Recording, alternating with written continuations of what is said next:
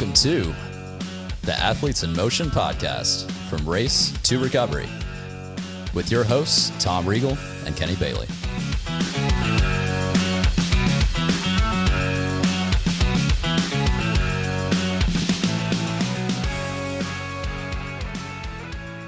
Hey, good morning, Kenny. How are you today? I am fantastic, Tom. How are you?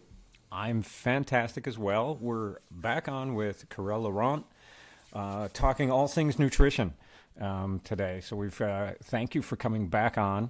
Karelle's become a regular because we like her so much. She's so smart. And she's really helping us tremendously, especially as we go through the season. So we've been focusing on different parts of the season and different ways to eat healthy. So Karelle, welcome back. Thanks for taking time to be with us again. So we wanted to talk today. Well, I have to do the business side of things, right? I have to do make sure to subscribe. There'll be buttons up if you're watching on YouTube. Make sure to subscribe. Put that on there. It'll give you a little notification when we put our new episodes out. Give us 5 stars, thumbs up, all that good stuff. That helps bounce the algorithm up a little bit higher. Gets this out to more people. We've had some really good downloads. I forgot to check the countries before we did this again, but we want to still say hi to our friends in Frankfurt, Germany. Hey, Germany. You guys keep listening and watching, so we appreciate you and everyone else. So let's get into it. Like we're in the middle of the season now. We're deep into June. This episode is probably going to come out one more week. So yeah, deep into June here, and we're in racing season. We're full on. Struggling with trying to get our training going through and trying to eat the right foods. I know Kenny and I have talked about horrible gel experiences in the past, eating the artificial stuff and trying to get through this. So, Karelle, walk us through what do we need to be doing this time of year as we're training? Because we've got our racing, but we also need to be eating better quality food for our training. So let's start there. Let's start at the training part, and then we'll walk into what we're going to eat for our actual races. So give us some help. Kenny and I are struggling. Well, hi, everyone. Thank you for having me again on the podcast, Tom and Kenny. All right. So, yes, it is. We are rightly into the deep season of racing. But before racing, as we're saying into training, we need to really nourish ourselves with whole food. This is really a primary key. Why is this important? I know we're just probably struggling with time at that moment because we are increasing the volume. We're probably looking at a few more hours, juggling work, juggling family, juggling deadline with work, and end of school year if you have children, where it just adds to the calendar. But this is a really important priority, sleep and whole food, because it will give you the nutrient that you are losing throughout the training. So as you are increasing volume, you're producing more energy, you're breaking down muscle, you're repairing muscle, you need more nutrient. You need to have this coming from whole food. There's not going to be supplement that's going to help you with this. The supplements will be having a small margin help, but food is going to be again, we're looking at, I think we spoke about that last time, the pyramid is the foundation of that pillar of the pyramid, and that's really, really important. So when we're looking at whole food, we're looking at breakfast, lunch, dinner, and potentially 2 snacks that are going to be really your source of food, okay? On top of that, you have your nutrition during the effort, and that's something we can discuss separately. So anticipate your meal. So if we look at your meal for day to day, anticipate, maybe make a list on the Sunday when you are, chilling on the sofa and catching up on what's going to happen this week. Just take a little bit of a pen and paper or your phone, and what am I going to eat this week? What should I order? You can do your food delivery, or you can go to the grocery stores, but anticipate of what are the key food you can have in stock, to make sure you can maybe spend your Sunday evening cooking a couple of meals or doing a little bit of batch cooking. And that could be, cooking a whole chicken or cooking a couple of chicken breasts, maybe cook a salmon at the same time, have that in Tupperware, in glass Tupperware. Maybe you can make some quinoa So you'll have the quinoa or rice, whatever you prefer, or even roasted potatoes. It's absolutely fine for me. But those are going to be your carbohydrates. So your quinoa, your sweet potatoes, your rice. It's going to be your carbohydrate, your complex carbohydrate, giving you a really good source of energy food. Your rice, your chicken, your fish, that's going to be your protein. They will be important for your repair. And then next to that, you have your vegetables. Your vegetables going to have different roles. They will be a source of fiber, helping with the nutrient intake as well. And that's really important to have in terms of reboosting that, okay? So it could be, there's always easy ways of getting vegetables. You can have things that are already prepared. So cherry tomato, cucumber, that's so easy to have in the fridge, and you can just slice cherry tomato in two, and you've got that in your little lunchbox or your ready meal. You can have cucumber, that's so easy as well. Sometimes if you have a nice grocery store next to you, you already have shredded carrots that is readily available, so that's quite easy. You can look at, because shredding carrots can take a bit of time, and that I can understand that it's taking time, that might not be easy. You can make a couple of hard-boiled eggs, so all of this anticipation could be really practical. You can cook as well, a couple of broccoli, a bit of cauliflower, you put that in another Tupperware. So when you are ready to eat your lunch and you've done your training and you're between two calls, or you're about to go to work and you want to bring your lunchbox because options at work are limited, you can just pull a little lunchbox together, have a bit of quinoa or your rice, you have a bit of cherry tomato, a bit of those crudités we talked about, a couple of broccoli, then you will have your protein, your chicken or whatever, drizzle olive oil, and that's just amazing. That's all you need. So the question is, it's easy to do once you have been able to anticipate and plan that out ahead. And that will give you so much more than just going across the street and buying a sandwich. That sandwich is not going to give you as much support. And how you're going to see the difference is the recovery, your ability to follow the training plan that your coach is giving you. Because if you eat those nourishing food, you are going to go into your training with a much more stable energy level. And that's going to help you to be able to commit to your training plan. Now we go to your second question, Tom. Is you interrupt me? I'm talking too much. Let's go back. let's go back 1 second before we get onto that, because it's basically just simplifying everything, and I know my wife and I we'll get into a rhythm of doing some meal prep. And that's fantastic for me to eat during the day, because my day is very busy. I have clients coming in and I don't always get time for lunch. So I need to have that readily available. Yeah. It's when we get out of that rhythm that it goes off the rails. And it just and then it's like pizza and, grabbing whatever. And at that point it's just calories. Because I'm crashing at that point. Yeah. I'm mentally fatigued, trying to, go through and do bike fits, and I'm just trying to eat calories, and that's where everything goes off the rails for me, and that just drives me crazy, because then I don't feel good. I have some energy, but I don't feel good, and then everything else goes crazy. So I think one of the epiphany I'm having on this actually is not necessarily. I think we have this sort of black and white. Either you start from scratch and make everything, or you meal prep. And I tried meal prepping before, but day 3 into it, you're eating the same sort of thing. Yeah. What my wife has done is she's like, I don't know what you want for dinner, so I'm just going to get a bunch of ingredients, and then you'll figure it out from there. And so last night we had a bunch of vegetables, some chicken breast, some quinoa. So I'm like, okay, I'll chop up some chicken. I can chop up some vegetables, put that in. 10 minutes later, we're eating. And I think the epiphany for me is we can prep the ingredients, because the prep part of the meal sometimes is the longest part, not the cooking of it, right? Mm-hmm. And so if I already have pre-chopped, like you said, shredded carrots, pre-chopped vegetables, pre-chopped things, I can just combine and go. It's not that difficult.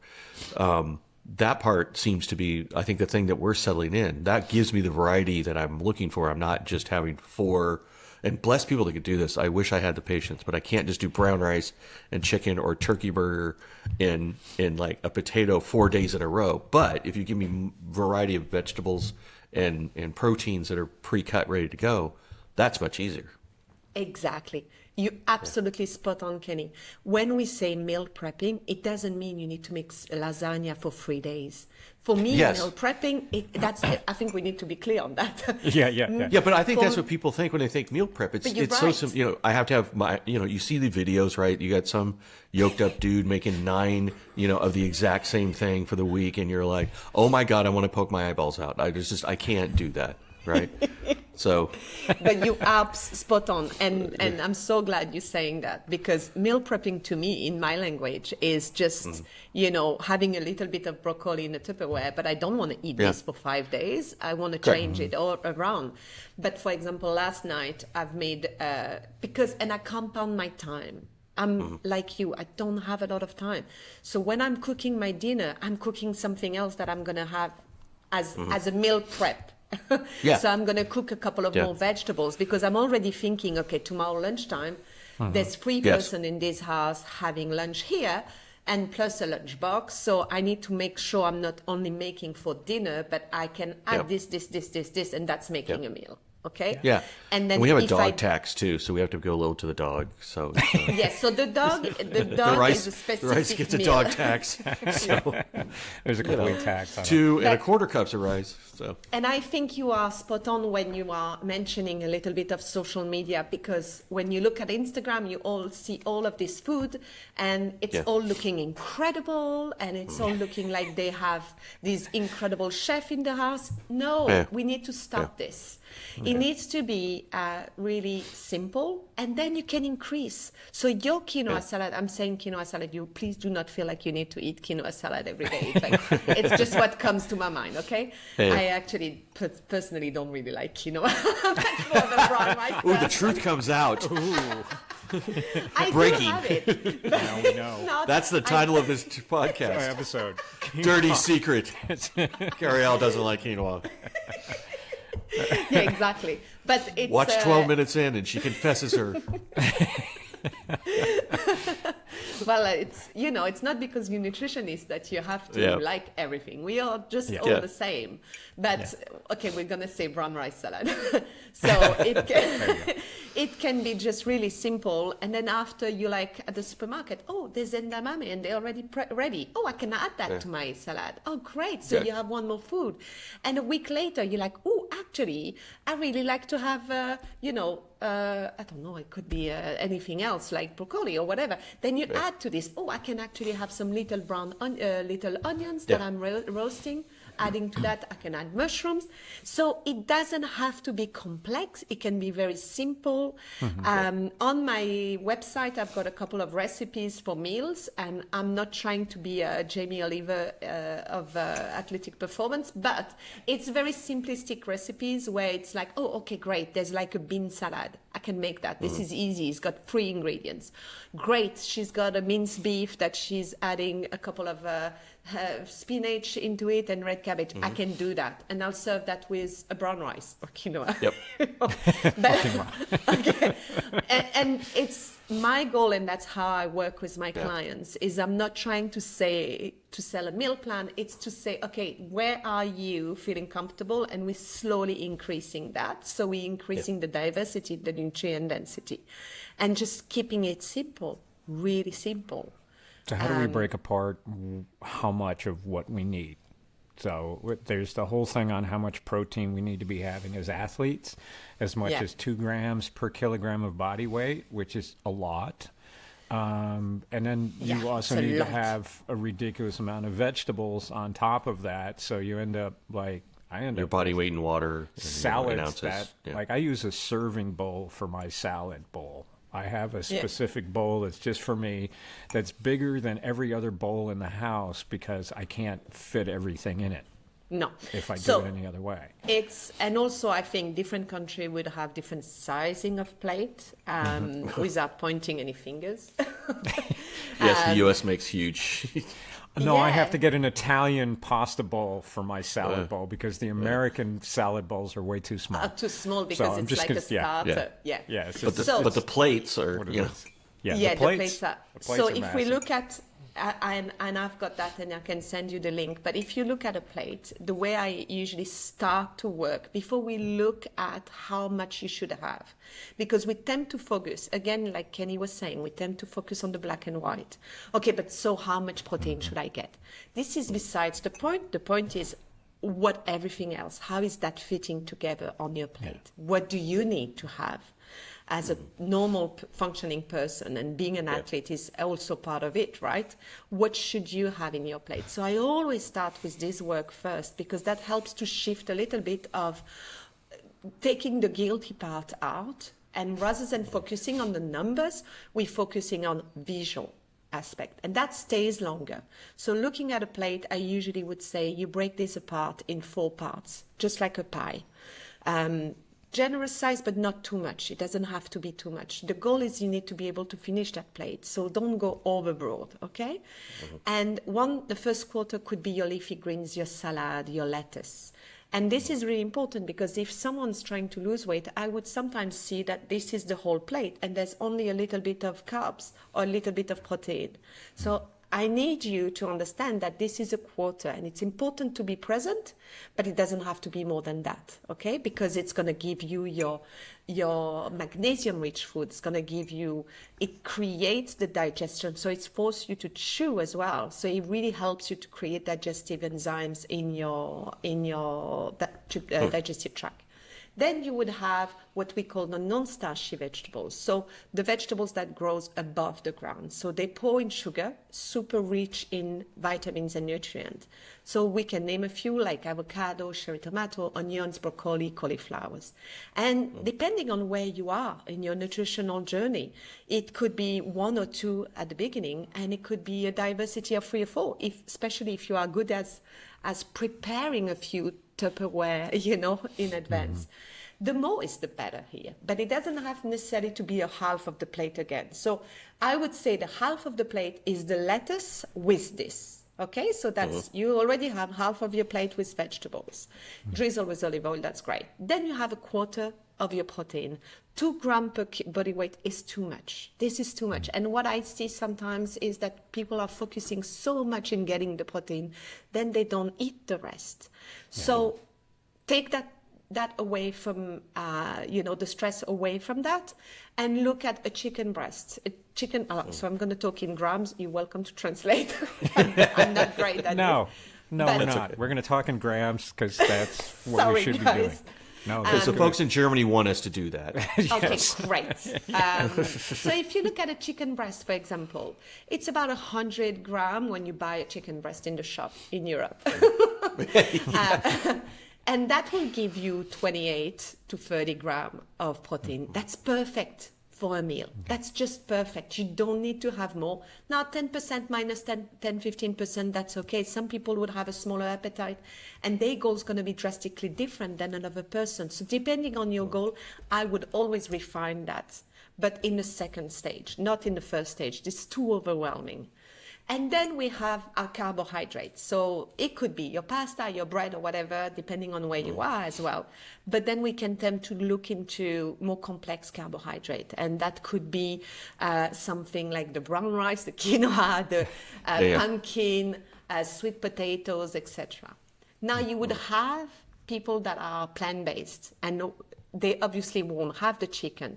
And for them, they may be wanting to combine legumes and grains, and together that's going to give them. So for these folks, we don't look at numbers, we don't look at quantities, we look at the quality of their protein, and that's far superior. So they won't necessarily have the ability to achieve the same amount of protein per body weight, but that's okay, because they will get so much more out of those plant-based proteins. Sure. So that's a slightly different aspect to look into. But then you have your lovely plate, you drizzle olive oil, you can have and I think we spoke about that, what's palatable for you. It could be spicy for someone. For me, it has to be crunchy, so I put my seeds to it. And it could be whatever you think it works for you, right? And that's it. So that's a really nice balanced plate. So I would start with that. And then when you are later stage and specific demand or specific needs, then we can always target this differently.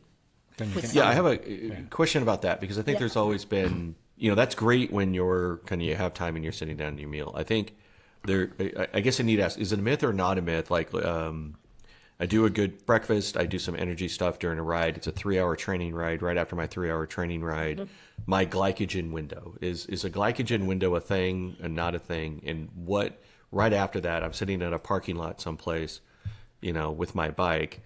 What should I have with me right after that ride or that run? No, you're absolutely right. So you've had your good breakfast, you go for your ride, you need to fuel during that ride, depending on how long that ride is. But if you say something like 3 hours, it's really important that you fuel regularly during that ride.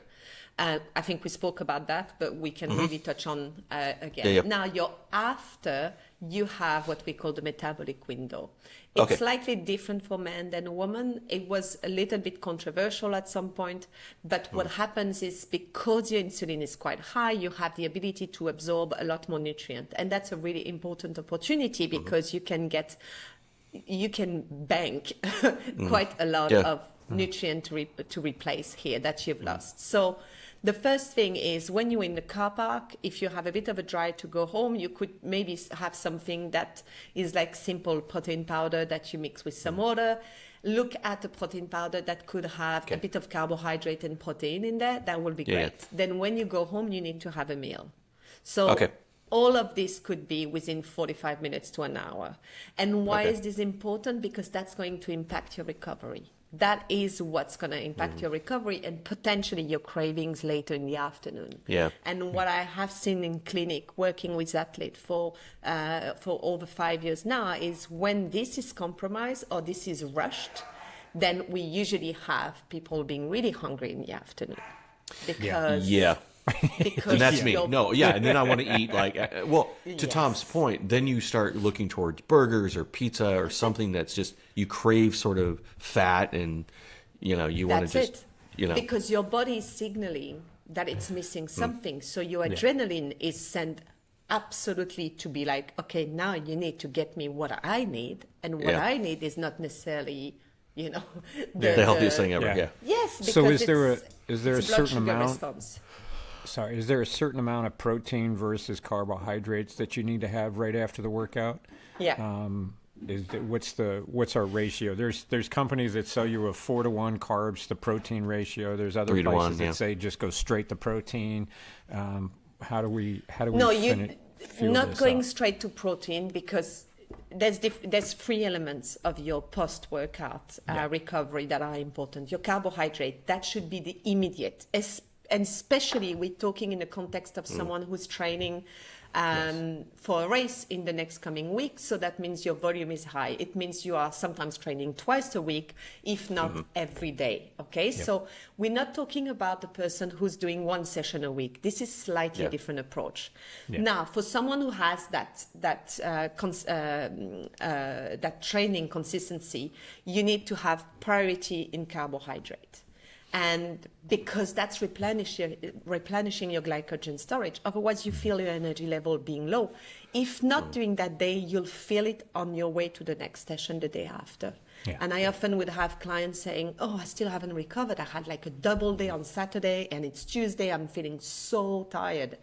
And it may be in the middle of a conversation, but I would be like, your recovery is not great. What have you done? What have we been eating? Oh, but I couldn't because I got home and then bang, the kids, I needed to drive them at the birthday party. So this is where anticipate. A lot of the part of our job as triathletes, and it's the anticipation. Do you have something ready when you come back? Is there something ready in the car?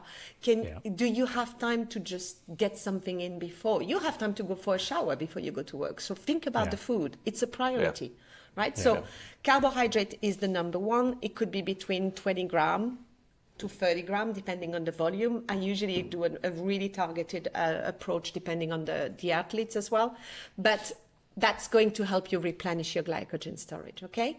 Then the second part, which that's where we know now, that's a little bit more delays. For men, it could be about 45 minutes to an hour. A lady, I would say 30 to 45 minutes, slightly shorter. And that's your protein. Because you need that for the repair. But the repair won't happen now. The repair will happen later. It's more of a, okay? So, and that's really, And really that's when you eat the important. burger. No, okay. Sorry. Okay, burger bad. Got it. Well, no, burger is not bad. You can make burger I'm at just home with thinking, nice beef and a nice I'm Once piece of he's breast. talking about it, the monster Yeah, yeah. 6,000 I know. calorie. I know. It's Dripping chopped with beef with cheese. quinoa. I get it. Eat the quinoa. No, That's the- you don't have to. eat This the episode quinoa. is brought to you by Quinoa. quinoa. Quinoa farmer. and then you what's also really important is antioxidant, and aging is really important because what happens is, so not aging, I'm cutting back, you produce energy in your Krebs cycle. When you produce energy, you have some byproduct of that energy production, what we call the scavenger, okay, the free radicals. You need to be able to shuttle that back and potentially reuse them.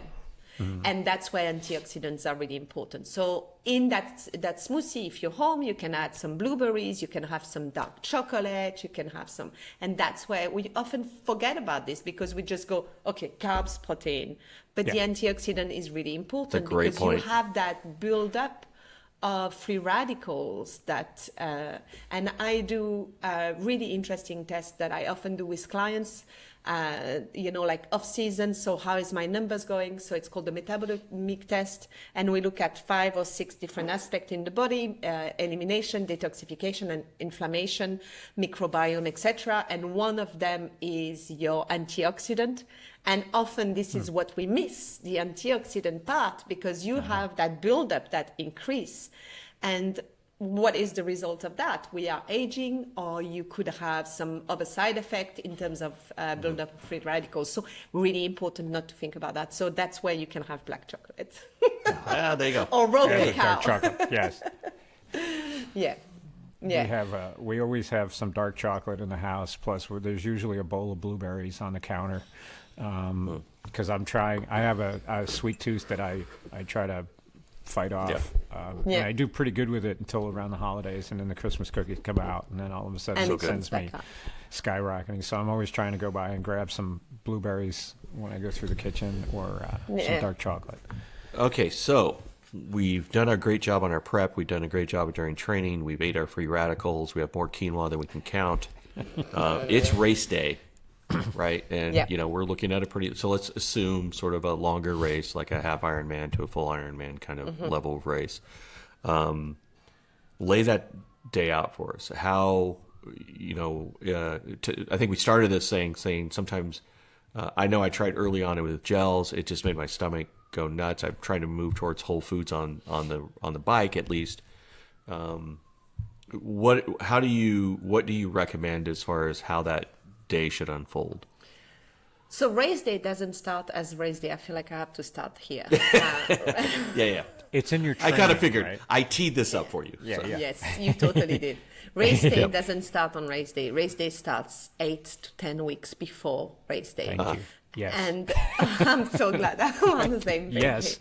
So that gel or anything else, if you come and work with me, Kenny, for example, you would start and say, oh, Karelle, I've tested this gel in the past, this one, it really doesn't work for me. So what we do together is you are doing your training and I'm going to have a look at how much you're taking per hour. We all super different on this. And this is why it has to be very personalized. So you could come to me and say, well, 3-hour ride, Karelle, I've had just like maybe 1 or 2 bars and that's about it. But I'm doing fine on my training. Yeah. And that's where suddenly that same person would come to like 4 weeks. Oh, shoot, my race is in 4 weeks. I better try to have some gels. And this is like, sports nutrition is like religion. Everyone feels really empowered about their opinion when you talk with other athletes, and they always say, no, this gel is better than this one, But it's a very personal choice. It's like we don't have a favorite color, or you don't have your same favorite food as me. I don't like quinoa. But it means that your gels needs to be, doesn't matter how well they're formulated. It needs to work with you. So one of the work we do when I'm working with athletes is it's our shopping day, we usually call it, is you try out. I want you to try 4 or 5 different brands. You try different and see how it's palatable to you. Do you like it? Do you like it when it's a neutral flavor? Do you like it when it's more of a berry flavor? Or do you like it when it's more punchy? How is that working for you? And are you able to take 2 or 3? Is it easy to open, not easy to open? Yeah. And do you prefer maybe something in a bottle rather than gel? Do you prefer whole food? And we go through all of this as a personal choice, because this is really important to help you prepare your nutrition race strategy. Then Sorry to interrupt, but does weather absolutely. count? Because I think sometimes when I'm dealing 90 degree, so I don't know how many Celsius that is, like 27. Yeah, it's about 30. Yeah. Okay, yeah. That's a different story than when it's, cooler into the early season, right? Is what, not just because of the sweat, but because you're really, really hot and you're cranky, and to try to get another sweet thing in can sometimes be tough. Is that also a factor? Yes. So what happens, it's all down to your stress response, which you may not have as much when you're training. Okay. Because if you're training, you may do like 2 or 3 hours. So you're able to have a bar, you're able to have whole food, okay? So your saliva is still present. Now, your stress response, you remember how the fight or flight works, right? Yeah, and yeah. I can see it's coming to you now. You're like, oh, now I know what's happening. Because your stress response is activated, your body is like, well, we don't need to digest food right now. We don't need to reproduce. We don't need to heal. We don't need the immune system. We don't need to be, fighting a cold, because clearly he's fighting for his life on his bike and he's racing at God knows who. So every blood cells are sent to your legs for you to, so to fight for your life. So what happens is saliva is reducing. And the heat may be the pushing point at that moment for you, right? It could be that you haven't been drinking enough, but the saliva usually is a sign of you're having a fight or flight response, which you do in a race. So I always going to have clients who say, oh, but I'm fine to eat bars when I'm training, but then in the middle of the race, I couldn't eat anything. Then I didn't take any food, because in a race, you don't have the same pressure that you have when you are on the training. Makes sense. We talk about all of this because I'm saying, if you have whole food, I want you to have it in the first hour. Don't even think about having it later in the race, right? Got it. Okay, that's good to know. Now, Tom, if you are saying to me, I'm going from Nashville to California on the bike and leisurely, and someone's following in there, it's different. You don't have the same stress because you are cruising. You're more of an adventure, right? So, but as soon as you have your stress response activated, your saliva is reduced, your digestion is reduced, and this is why we have more digestive upset during a race, or because when we are doing the training, I try to push athletes to that. So I would always try to, where you are at, increase 10%, 10%, 10%. And there will be a moment where I'm like, okay, I'm going to overload you this weekend. You're going to need to take this amount of food. I want you to come back to me and tell me how you've been feeling. Is this too much? And there is a moment where you're going to say, well, actually, Karelle, it was 2 gels too much. I was like, I hated you. Did you not hear me swear? And be like, because that's where we are. Then, okay, this is your threshold. I know that's your threshold. By the so way, we go epiphany number 2 on this show, right? One was the whole, prep meal. But absolutely, because I know I've seen that. I've seen other people do that, where they feel really good on the training program. They think they got the fuel dialed down. They get to the race, and it's like, I don't know what happened, but my stomach couldn't, because of this or because of that. And, I think to your point, if the fight or flight's kicking in because of that pressure, now it's gotten from a 6 to an 8. Suddenly you're like, I thought I had my fuel dialed in, but some reason during the race, it just sort of, and it's like, I didn't take as much as I thought. And, maybe it was because I wasn't paying attention or whatever else, when in fact your body's, you're trying to figure out how to either understand what that 8 feels like or try to move you back down to a 6, right? I guess would be Exactly. the. Well, Okay. you can't really reduce stress because stress comes, on its Yeah, own. yeah. Like you can be resilient to stress. Yeah. The Yeah. only thing you can do is anticipate. So a lot of the Okay. work that sometimes I would do is visualization. But when we work towards a personalized nutrition strategy plan, is we usually work to a point where I had a call this morning with an athlete who is just doing a race this weekend, and I've sent him his final plan last week, and I called him back this morning and I was like, okay, so how are you going? It's like, I'm all ready. It's all prepared. I've just had a ride. Like it's down to you. It's almost embedded in you at that point as you are coming out of the house, doing your shoelace before you go for. Does it make sense? Because you know how if you start, and it's so interesting. There's a moment where you feel the switch where.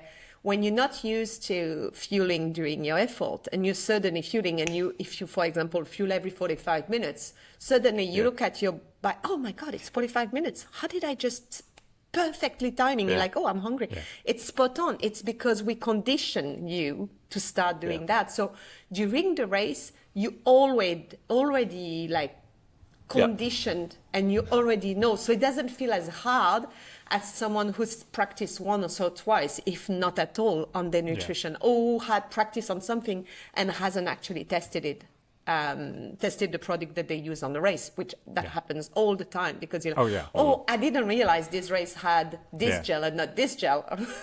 But we practice on this one.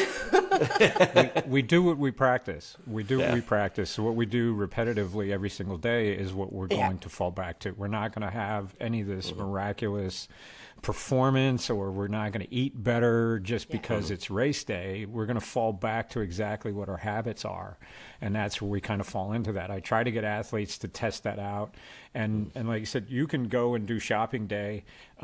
There's most of the manufacturers, the food manufacturers for the gels and stuff. They have sample packs. Like just go buy a whole bunch of sample packs of everything. You can find maybe this particular gel doesn't work for you because you tried the wrong flavor. Maybe the grape works for you, but the margarita doesn't, right? So you go through and you try all of those and mark down what works, what doesn't work, make some notes so that you have that, get rid of the stuff that doesn't work for you, and then that's what you start pounding and going through. So I think I need to figure out a way to create that flight or fight response in my athletes during training. I think maybe if there's an app I create that I just yell at them constantly with their phone up, and I just scream at them constantly, we'll create that fight or flight, which will simulate race day. Maybe? I don't know. I think what's important is it's really difficult to reproduce that. But what's really important is doing a lot of visualization. And in the last session or two sessions that I would have with clients is we go through that. What do you do on the way? Have you looked at your RISE guide? And we go through the RISE guide together. We go through sometimes the race. I've got an athlete doing an ultra in Verbier in Switzerland, and it's 170K. And we looked at when are we going to take our fueling? Yep. Looking at all of this helps an athlete to prepare the visualization. Okay, we're looking at full race. So you know how to change the tires? Oh, no, I don't. Okay, so what happens if you have a puncture? Well, I'm screwed. No, you sit down tomorrow, you go at home and you try to change your tires. It's going to take you 15 minutes. What is 15 minutes on a 3-hour race? Or 6 or 7 hours if it's a full? It's nothing. 16, it's nothing. So do that. And what is stressing you about this race? Well, I'm stressed about all of this. And then we'll look at that because I think there's a whole part of that anticipation of stress where when it comes to you during that moment, you're like, well, I'm prepared for that. I'm prepared for that, right? I've lost my bottle, but I'm prepared for that. So you're responding instead of reacting to the stress. And that's, we talked about that in a podcast just recently. There you go. That's part of it. Like you just, I try to go with my athletes to do the same thing. We talk about everything's good. We're set up. Okay. Now, what happens when your goggles get kicked off your face? What happens if you get hit in the swim? What are you going to, start thinking about all the bad things that can happen, not in a way to get you all riled up to think about it. You stress about it. But think about it's like, well, what would you do? I don't know, we're in a nice calm environment now. What would happen if my goggles got taken off? Well, I would slow down and stop, grab onto whatever, put my goggles back on, and then continue. Same thing with flat tire. How do we deal with things that could happen? You just have to anticipate it. It knocks that stress response down when it actually, if it does actually happen during the race. Because things do happen. Yes. I mean, I think that's absolutely to know that things do happen. I've done just a cycling Grand Fondo last year. We all got lost. All got lost. I don't know who the hell was at the front, but at some point I was like, it's weird because my GPS keeps saying, and then I was it was like the first 10 kilometers, and then suddenly people turned around, and I was just laughing, thinking, oops, we just added 10 kilometers to our Nice. But it means that, then I was really cross with myself because I was like, actually, I knew the road and I knew the GPS was right. So why on earth was I following everyone? Yeah. And all of this shouldn't make you stress on the moment if you prepared for that.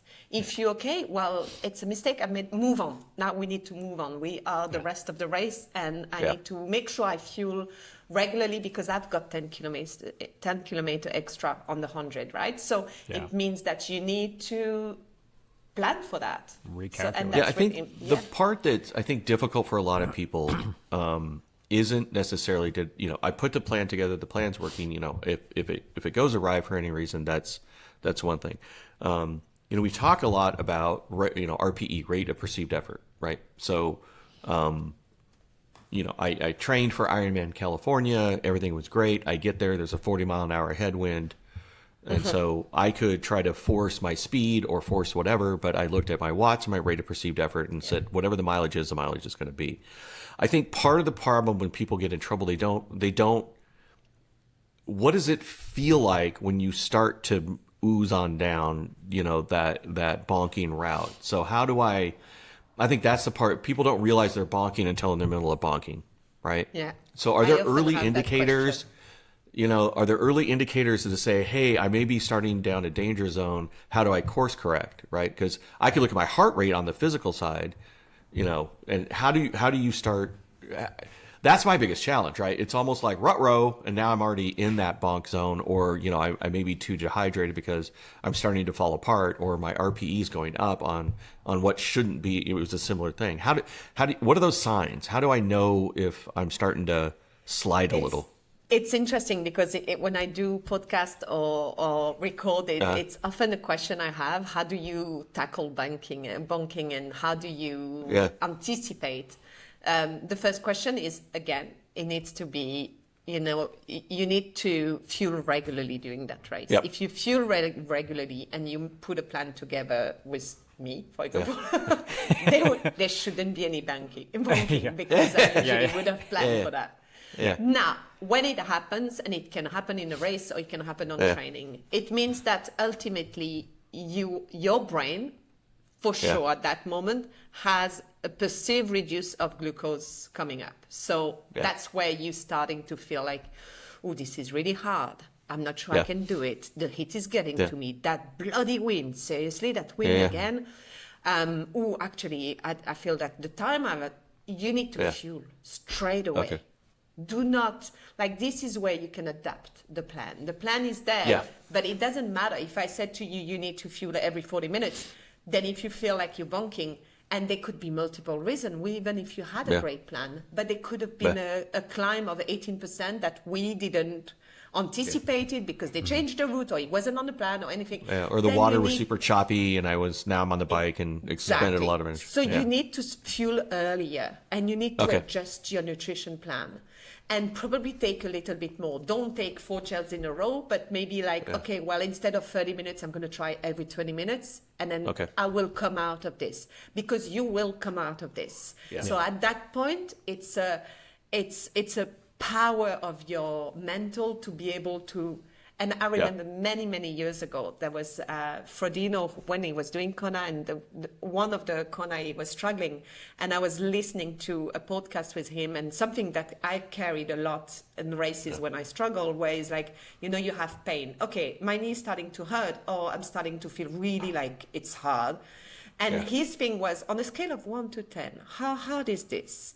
Or how much is my knee hurting? And then you go into your mind and you really dive deep into that. Yeah. And then by the time you finish, you're like, oh, I don't feel my knee anymore. Okay, we keep going. Here we go. And it works every time. So find tricky, tricks that are helpful to you, and you use them on training. And I would always say, don't train with music. Train without music, because you need to be comfortable in the uncomfortable.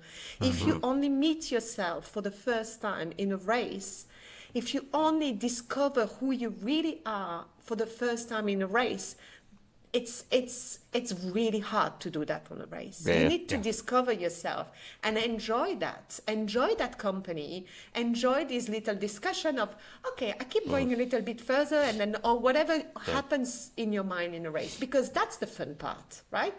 That's the fun part of racing. It's all of this layer you take away of your personality at the beginning. And again, one of the races in Colombo I did, it was Julie Moss was doing a talk, and she said, at the beginning, we all care about how we look, like, especially women. I don't know about you guys, but, the color of your tri-suit, and how, do you have your nails done, and your hair You're looking peacocking good? The whole time. Yes. That's it. And then as you go along, you start to lift the layers, and nobody care at some point how we look. Oh, 100%. You got snot coming out of your thing. You don't care, right? Exactly. And I thought it was a really good description, because you read, and that's also part of training, right? It's also part of finding those moments where it resonates to you. What works to you when you are struggling and you have a 20K run and you really don't want to do it, and all you think about is the 4 emails that you haven't been able to reply to. So it's really important to find these moments. Yeah, I love that. Don't discover yourself on the day of racing. That is there's the title right there. That self-talk that you have, for race day needs to be trained. It needs to be consistent with your training to go through, so that you know how you're going to get yourself out of the bad times, because you will have those lulls. And the longer the race, you'll have more of them, and they might be steeper cliffs that you're going to fall off at that point. People have always come back up. You always come back up. You're always going to get through it. You just have to know that you're going to get through it, and you have to get that part of training. People always ask me on my runs, my long runs or my long training, what's going through my head, and it's just, I'm just running head to toe a systems analysis, going like, okay, that hurts a little bit. Okay, this, okay, that's normal. Yeah, no, hip. Yeah, that's fine. Little cramp. Is that a cramp? No, not a cramp. Okay, it's good. And I'm just like, you go head to toe, head to toe, head to toe. I'm just constantly checking my systems as they're going through. So why is my elbow hurting today? It's like, am I doing something with my run? Okay, no, that's good. I'm checking every level of everything, and it gets to a certain level of discomfort, and that's normal. And that normal pain level, I know, is normal, and the longer the run is, or whatever, and I go, okay, that's great, and I just wait for it to kind of peak past that. As soon as it starts peaking past that, then I know, like, okay, this is something to keep an eye on. But it's all through the training. It's all what you do in your training every day that you get comfortable with certain levels of discomfort, and that's, you just rely back to that piece again. So exactly. It goes and I think that's the fun part. Yeah, when people ask, right, like, how do you do this? It's like, well, you're going to get to a fatigue level, right? And you just want that to plateau. Yeah. And I'm just going to, I'm not going to get any worse, but I'm not going to get any better, right? Yeah. That's the part I want to be at. It's not going to get any better. It's going to be sore. It's going to hurt. When it starts spiking, that's when things get bad. So what I like to tell, when people ask me, like, how do you do these endurance sports, and, how do you survive that long? It's not necessarily, you get to a level where you get to this plateau, and that's where you really want to be at. It's not going to get any better, and you hope it doesn't get any worse. And that's where you're going to be. You're either going to be at this pain threshold or this fatigue threshold or whatever that is, that plateau. Just stay there. And then if it starts popping up because of fuel, because of water, because that becomes a problem. But ultimately, you just want to be there, right? Where, to your point, your knee may be acting funky, but it's a level 4 and it's going to get any worse. So now you're just going to get used to a level 4 pain for a while. And I think that's sort of what people that don't do these endurance sports understand. It's not this linear thing that goes all the way up and then, you get to pain level 100 and hope you get to the finish line. It's you get to that fatigue level where, with any luck, it doesn't get any worse, but it's certainly not going to get any better. And you got to be comfortable with that.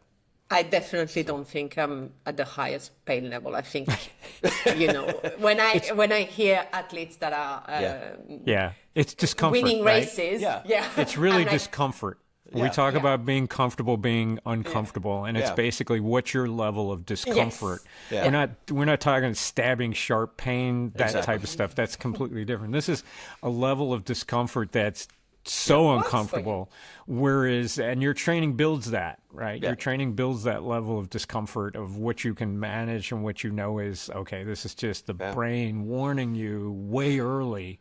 Yeah. And you push through it and you just raise that threshold of what you're able to endure. And that's why, I don't know, some of us do these sports. It's just to push ourselves and see how much further we can go. It's really interesting because depending on, the same athletes could go through different challenges in their lives. And there's a moment where they can't cope with that same discomfort Exactly. Yeah.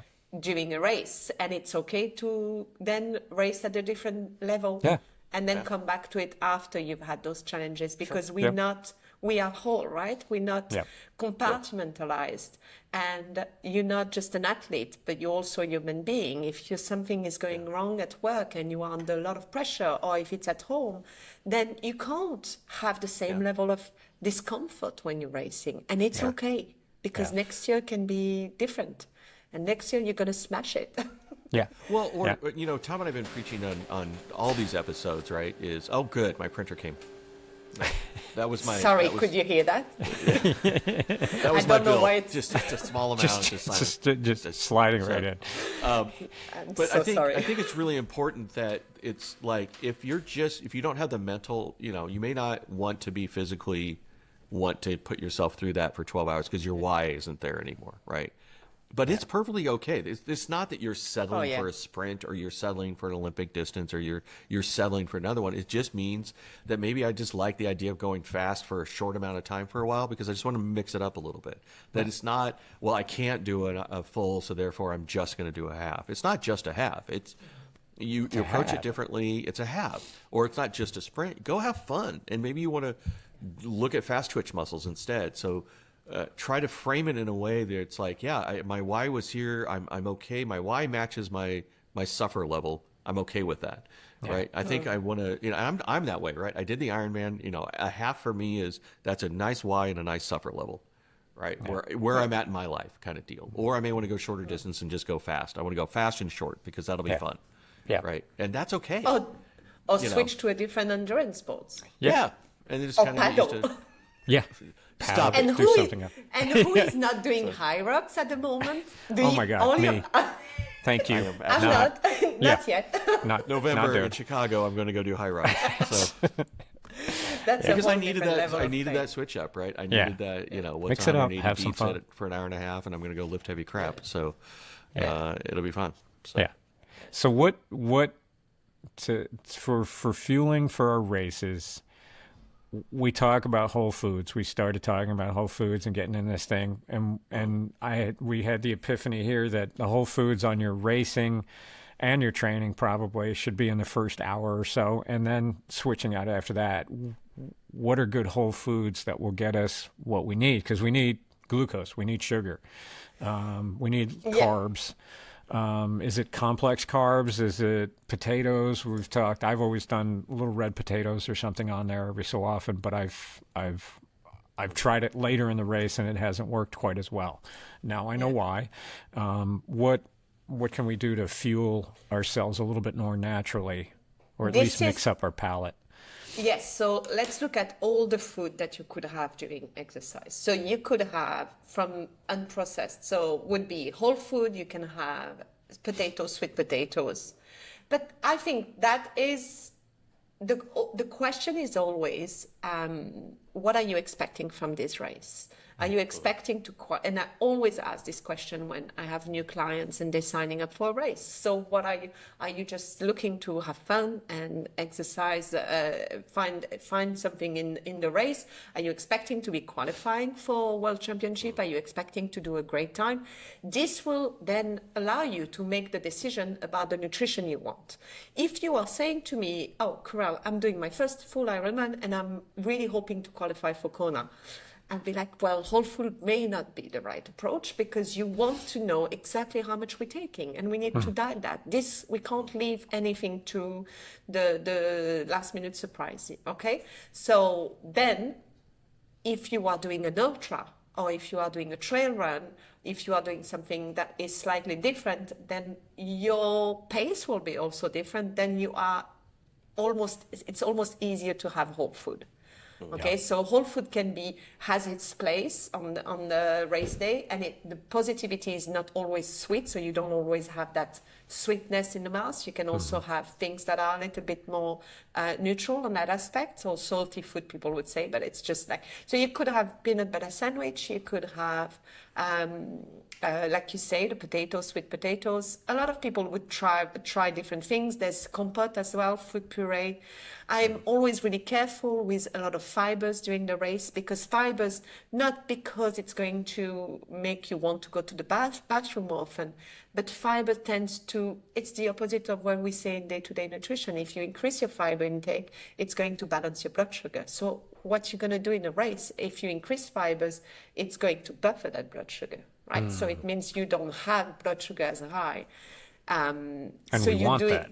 We need it for the racing. You need that. So your blood sugar needs to be lower when you are day to day. When you are in a race, you want it to be higher because you're constantly having to.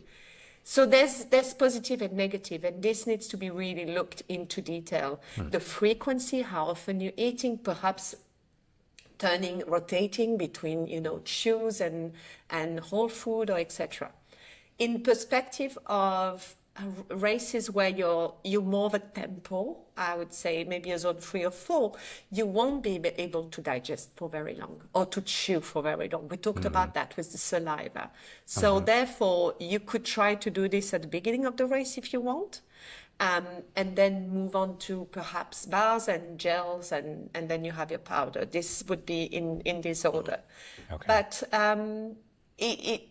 I think it takes a lot of experience and discipline and trying to have whole food before you can experience that in a race, because it's very, very difficult to know how is that going to be. If you have whole food, you need to eliminate it as well. Yep. So does it make you want to go to the bathroom more regularly? Is that going to trigger more GI distress? Equally. So it really depends on the race. It depends on the athlete. Yeah, for my ultra races, the runs especially, I shared with you before, my favorite ultimate food, the ultimate superfood is pancakes. And there's absolutely nothing better. I will stand by this. At 2 a.m., running through the woods in the middle of the night with a small stack of pancakes in your hand, eating that is the most amazing experience on the world, and it powers me through till sunrise. Yeah. So it's great. Not so good during an Ironman. No, exactly. And races like that, because you are for obviously longer hours, we're talking 20 hours and more, plus. Was ultra. What's the goal is that it needs to be palatable. The goal is you need to get food in. Yeah. So you would often see, it depends how fast people are going. And I'm always completely blown away when you see, in the Barclays or races like that, when they sit down for 10 seconds, change their sock, and at the same time they're eating 2 slices of pizza. Yeah. But because it needs to be palatable. Now, we're not all at the same level. But it's also really interesting, because then you're like, oh, wow, they're eating pizza? But it needs to be palatable. So it doesn't matter what you're eating at that moment, because the goal is that you get food in. Yes. You need to get food in. Yes. And for you, the pancake is what gets you to eat. Yes. For someone else, it is a pizza. So it really doesn't. Not that I'm saying it should be but to your point, it's better to get calories in. So you're not minding your cholesterol in the middle of a race. You're not like, what is my fat count? You're like, I need calories. Fuel. Yeah. Right. And if that's the thing that gets me to fuel, then that's the thing that gets me to fuel. We need glucose. Exactly. Yeah. We need glucose. We need to get that. That's what our muscles need. Yeah. And the faster, the shorter the race, the more you need that. Right. You need that for sure. Exactly. So in the back half of Ironman Arizona, it was Coca-Cola and chicken broth. And that's amazing. So Coca-Cola it's funny, I was talking about it with Well, and it's a really good way after a big break, if you have a big training block the next day, to replenish your glycogen storage. And people have often said, really? You saying Coca-Cola is okay? Yes, because you get 30 grams straight in. I'm not saying you should drink Coca-Cola every day, but I think, again, we can't be always black and white. There is things out there that are available. So to your point, if you have your break that is 20 minutes or half an hour drive away, get a Coca-Cola in at that moment on the way home. Then you get your protein. Always in my cooler. Yeah, that's from it. the big race, from the big event, or right after a race. The first thing I want is a 8-ounce can of Coke. I have it in the cooler. If I'm doing like a 5, 6, 7, 8-hour bike training day, like first thing that I have when I finish is stop and I chug the whole Coke, and like I feel so much better. And then I get in everything. Yeah, I never drink Coke, only if I'm on the bike and only racing. Only during exactly. races or the heavy training right afterwards. Otherwise, I'm not drinking sodas any other time. And broth it's so good because broth has a lot of nutrient, and it's going to be that not sweet but more salty flavor. Yes. So for a lot of people, broth could be. With my athletes in Singapore, there's always the track session that is quite late on the Tuesday evening, and a lot of the athletes that I work with often say to me, "Oh, the Tuesday, I always by the time I get home it's 9. So what do I do? I'm not hungry," and it's always the one that I'm suggesting: just get a broth. Go and have your shower, because it's just certainly going to open your appetite. But then you're getting in all those really nice nutrients, especially rich in sodium. So if your climate is really hot, then you rebalancing and getting that really good electrolyte. And again, it's not a sweet thing that you're getting in at that moment. So it really is helpful. So broth is good. Broth is great. Favorite broth. Yeah. So good. So we had a couple epiphanies. We've learned a whole bunch more. So Karelle, thank you. This is always fun. Yeah, this is always fun. Have you back on again, because I know we can talk about lots more. We're trying to deep dive in on some things for our training, to get us eating better, eating right, and certainly figuring out our meal prep and getting through the week. So we always appreciate your time. Thank you. And I've just wrote a few blogs on the website, Tom. I think maybe they would be interesting just at the time of the seasons. And they're really targeted for athletes as well. So how do you, very similar to what we talked about, but I think sometimes it's quite good to read that quietly. Good. I'll add those to the show notes for sure. I'll make sure that it gets on there. She's got a lot of really good recipes on there as well. I still do the egg bake one. The egg muffin bake that you have on there is really fantastic. So try out some of the recipes on there. They're really simple, easy to make. They taste great. And we'll put your website and all your contact and Instagram stuff, as we usually do, in the show notes and all of that. Thank you. Everybody, thanks for tuning in and listening. If you're following on YouTube or any of the audio version of this, we appreciate all your feedback. So if you got questions, comments, please let us know. I think on our Buzzsprout thing, you can text us directly, plus email, Instagram, Facebook. I try to get to the messages. Sometimes I find ones that are out there that I just didn't realize that you sent a message, and I try to get back to you when I can. But please keep that up. Let us know what you want to hear. Give us 5 stars, thumbs up, and don't forget to subscribe so that we drop new episodes, you'll know about it right away. So Karelle, again, thank you so much. And Kenny, always fun. Everybody, we'll catch you on the next one.